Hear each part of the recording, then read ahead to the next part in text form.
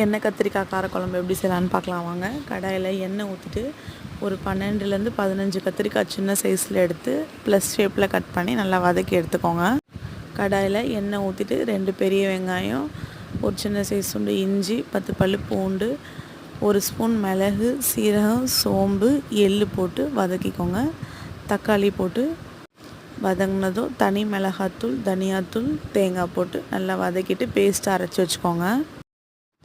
கடாய் வச்சுட்டு எண்ணெய், கடுகு, வெந்தயம், காஞ்ச மிளகாய், பூண்டு, கருவேப்பிலை, வெங்காயம் போட்டு வதக்கிட்டு கல்லுப்பு, மஞ்சத்தூள், அரைச்சி வச்ச பேஸ்ட்டு, லெமன் சைஸ் புளி கரைச்சி அதையும் ஆட் பண்ணியிருக்கேன். தேவையான அளவு தண்ணி ஊற்றி மூடி போட்டு நல்லா கொதிச்சதும் வதக்கி வச்சுருக்க கத்திரிக்காய் போட்டு சிம்மில் வச்சோன்னா எண்ணெய் பிரிஞ்சு வரும். கொத்தமல்லியும் 1 ஸ்பூன் வெல்லமும் போட்டு சுட சுட சாதத்துக்கு சர்வ் பண்ணலாம். வீடியோ பிடிச்சா லைக் பண்ணிக்கோங்க. நம்ம சேனலை சப்ஸ்கிரைப் பண்ணிவிட்டு பக்கத்தில் இருக்க பெல் பட்டனை ப்ரெஸ் பண்ணிக்கோங்க. தேங்க்ஸ் ஃபார் வாட்சிங்.